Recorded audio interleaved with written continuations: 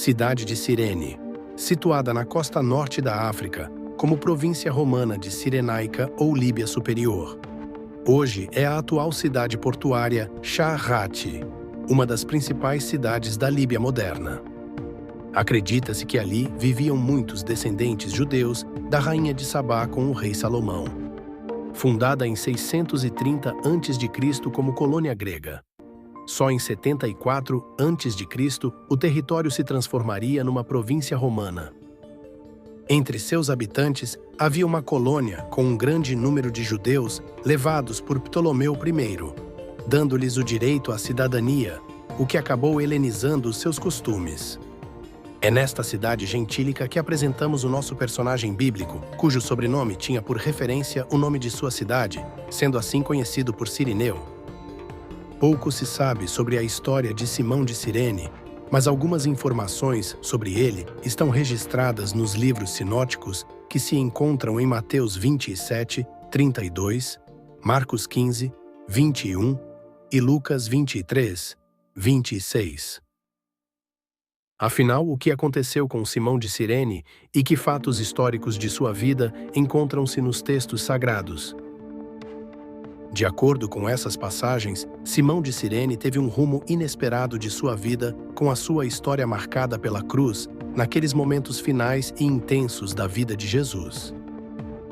O que ele não sabia era que estava prestes a testemunhar algo que mudaria o destino de toda a sua vida e de sua casa.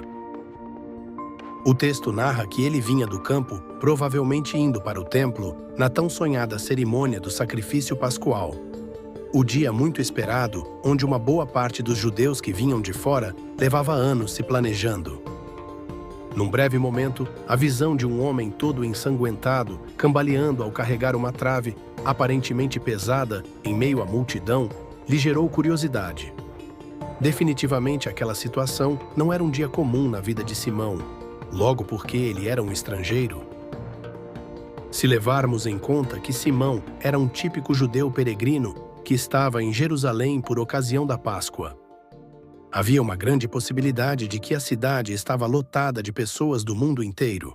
Por isso, o texto diz que ele vinha do campo, não porque ele morava lá, mas porque não havia encontrado vagas na cidade para se instalar no período das festas. Se levarmos em consideração o fato de que foi uma jornada longa e que Simão teve enfrentamentos entre as intempéries do tempo e de outros perigos, pois os meios de transporte usados na época eram precários.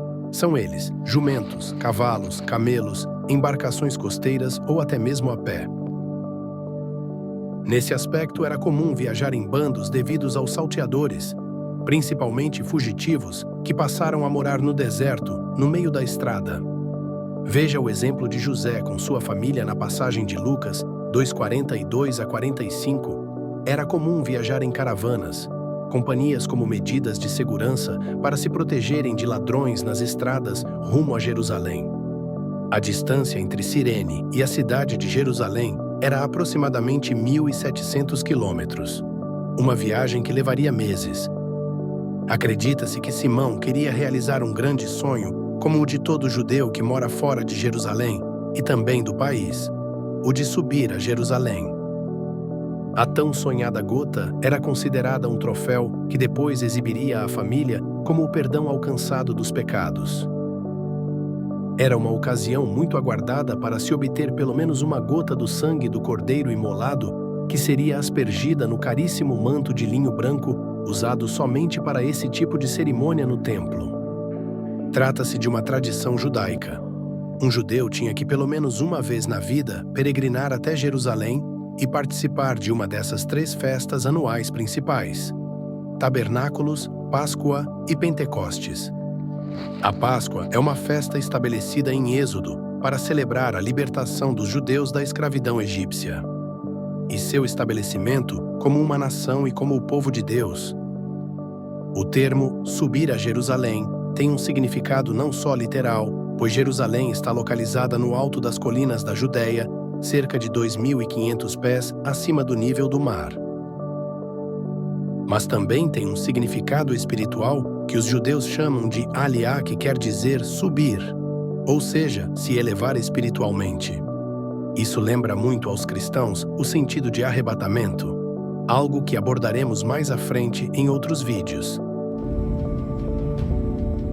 Simão de Cirene foi surpreendido pela guarda romana, que o obrigou a carregar a trave pesada que Jesus levava. Obrigar a carregar a trave. Havia uma lei romana de força maior em Jerusalém, em que se um romano estivesse carregando algo pesado, ele poderia dar uma ordem a qualquer cidadão judeu a carregá-lo até uma milha. Isso nos lembra quando Jesus orientou os seus discípulos a esse respeito.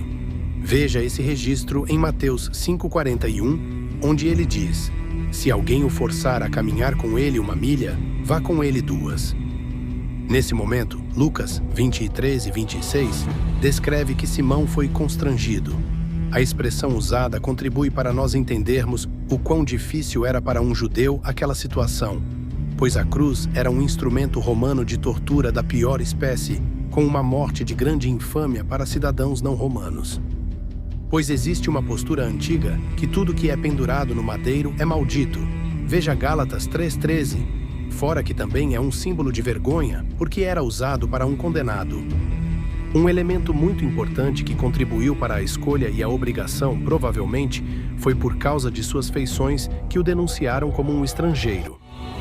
Qualquer soldado sabia que um judeu nativo poderia recusar tal ordem naquela situação, o que poderia aumentar ainda mais a confusão entre a multidão. Era tudo que os soldados queriam evitar, um motim. Pois Simão era um africano típico, conforme a descrição em Atos 13:1. Nessa relação de poder, o símbolo de cruz era usado contra os inimigos condenados do império, sendo eles bandidos, criminosos e escravos rebeldes que não tinham cidadania romana. Essa era a pior pena capital. Outra hipótese desse constrangimento, não menos importante, está relacionada com as suas vestimentas. Uma túnica branca feita de linho puro de alto valor, literal e sentimental. Era um dos requisitos para participar da cerimônia da Páscoa no templo. De acordo com as regras, não poderia ter uma mancha sequer, pois uma vistoria rigorosa na vestimenta era feita pelos sacerdotes do templo. Baseado nessas informações, tudo indica que Simão, o cireneu, já estava preparado para a cerimônia do sacrifício do cordeiro no templo. Simão teve que completar o trajeto até o Gólgota. Estava se aproximando a hora nona, equivalente às 3 horas da tarde, horário do sacrifício do cordeiro. E foi justamente nesse horário que Jesus deu seu último suspiro. Veja em Mateus 27, 46 a 50. Uma viga chegava a pesar entre 13 quilos a 18 quilos. E o local do Gólgota, que significa lugar da caveira, era fora dos portões de Jerusalém, um lugar distante e de difícil acesso. O condenado era forçado a carregar a viga pesada pela rua principal que passava por estreitas vielas de muitos comércios e aglomeração de pessoas. O intuito dos romanos era advertir o povo, utilizando Jesus como exemplo a qualquer um que venha insurgir contra Roma, e assim não parar ali. O número de açoites era determinado pela gravidade do crime. A lei judaica permitia no máximo 40 chibatadas. Veja em Deuteronômio 25:3. Com Jesus não foi diferente. O texto narrado mostra que Jesus estava enfraquecido e agonizando devido aos muitos açoites que recebera. E podemos acrescentar: as horas sem dormir, sem comer e sem beber água.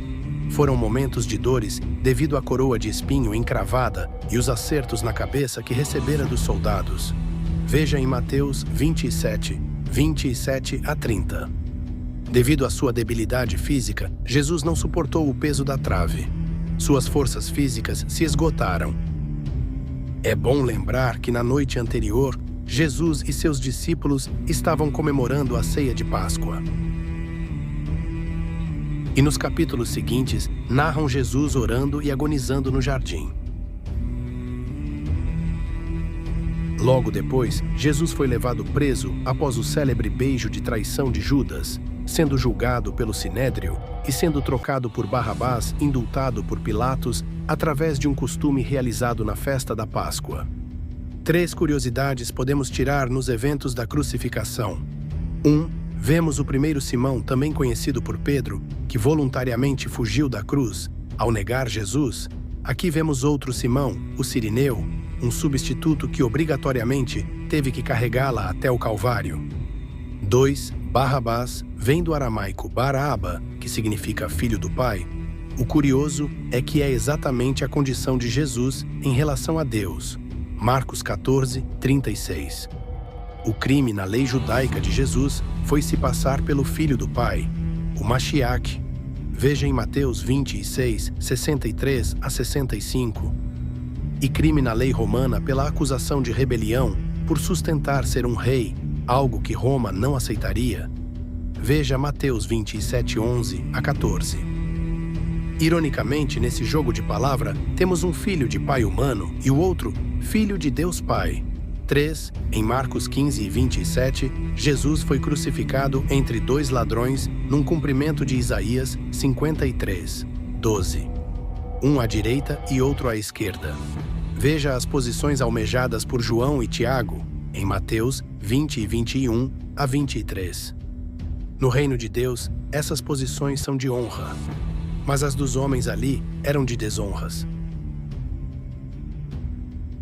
A pena capital mais popular para um condenado judeu era por apedrejamento, havia outras, mas a crucificação era romana.